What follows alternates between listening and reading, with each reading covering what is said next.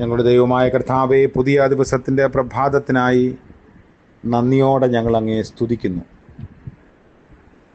രാത്രിയിൽ ലഭിച്ച നിദ്രയ്ക്കായും വിശ്രമത്തിനായും സ്തോത്രം.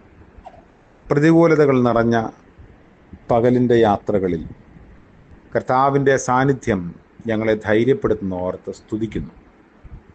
മുൻപോട്ട് പോകാൻ ഞങ്ങൾക്ക് ലഭിക്കുന്ന ആത്മീക ഊർജത്തിനായി നന്ദി പറയുന്നു.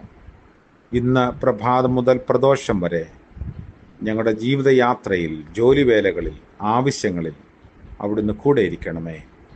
പ്രതിസന്ധികളുടെ മുകളിൽ അവിടുന്ന് ഞങ്ങൾക്ക് വേണ്ടി നടന്ന് വരുന്ന ദൈവമാണല്ലോ. അത് കാണാനുള്ള ഉൾക്കാഴ്ച ഞങ്ങൾക്ക് നൽകണമേ, കരം പിടിക്കണമേ.